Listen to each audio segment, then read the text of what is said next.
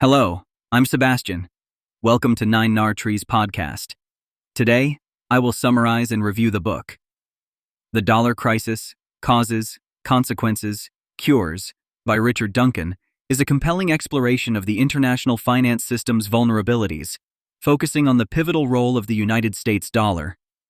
Published against the backdrop of financial instability in the early 2000s, Duncan's work delves deep into the structural weaknesses of the global economy, underscored by the perpetual deficits of the United States. Through a meticulous analysis, Duncan reveals how these deficits have led to global economic imbalances, potentially precipitating a worldwide economic crisis. The book is particularly prescient, as it foreshadows many of the financial challenges that have since become more pronounced, making it a critical read for anyone interested in understanding the intricacies of global finance and the future of the world economy. I will give you key takeaways from this book. Firstly, global economic imbalances.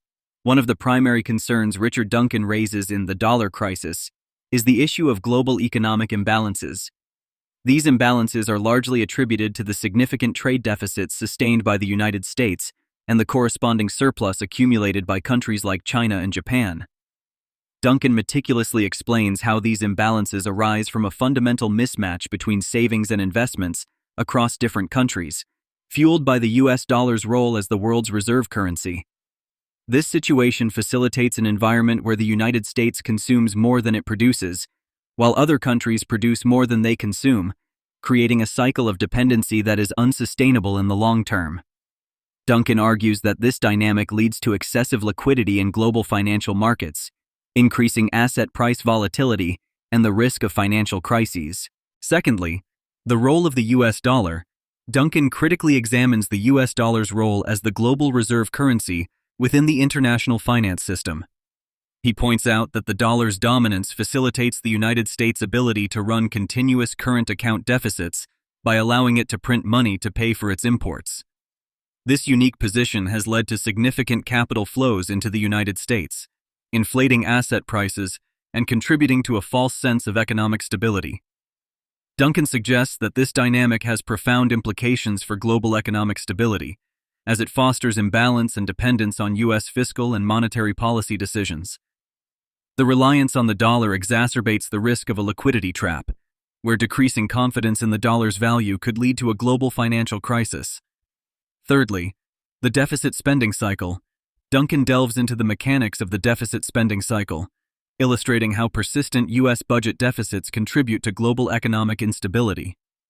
By relying on borrowing to finance its deficits, the United States propels a cycle of debt that underpins much of the global financial system's architecture.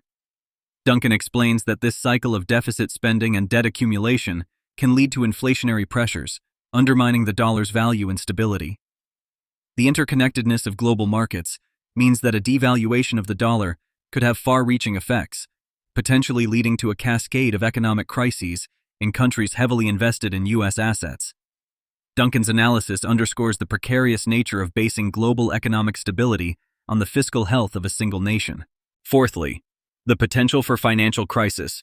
Central to the dollar crisis is the potential for a financial crisis precipitated by the aforementioned issues. Duncan presents a scenario where the accumulation of imbalances and the reliance on deficit financing reach a tipping point, leading to a loss of confidence in the dollar and triggering a global financial crash. He outlines how such a crisis could unfold, emphasizing the vulnerabilities in the international financial system, including excessive debt levels, asset price bubbles, and speculative investment behavior. Duncan's analysis is a cautionary tale about the dangers of complacency in the face of mounting economic warning signs, offering valuable insights into the factors that could precipitate a global financial meltdown. Lastly, prescriptions for avoiding disaster. In the final section of The Dollar Crisis, Duncan does not leave the reader without hope. He proposes a range of solutions and cures to address the structural problems facing the global economy.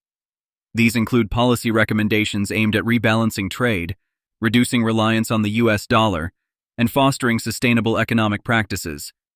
Duncan advocates for international cooperation to reform the global financial system, suggesting mechanisms like coordinated fiscal policies, the establishment of new reserve currencies, and the implementation of safeguards against speculative investment practices.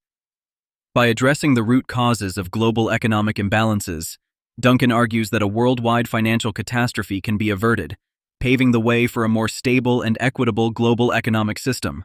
In conclusion, The Dollar Crisis, Causes, Consequences, Cures, by Richard Duncan, is a must-read for policymakers, economists, students of international finance, and anyone concerned about the sustainability of the global economy. Duncan's in-depth analysis sheds light on the complex dynamics that underpin the current financial system and offers a sobering overview of the potential for crisis. However, by also providing a comprehensive set of solutions, Duncan shows that hope is not lost if there is global cooperation and systemic reform. This book benefits its readers by not only enhancing their understanding of global economic issues, but also by empowering them with the knowledge to advocate for necessary changes. In a world where economic stability is more interconnected than ever, The Dollar Crisis provides essential insights into how we might navigate the challenges of the 21st century, making it a pivotal read for those looking to understand and influence the future of global finance. If you would like to support Richard Duncan, you can buy the book through the Amazon link I've provided in the podcast description. After reading the book, please let me know what you think and share your thoughts. See you around.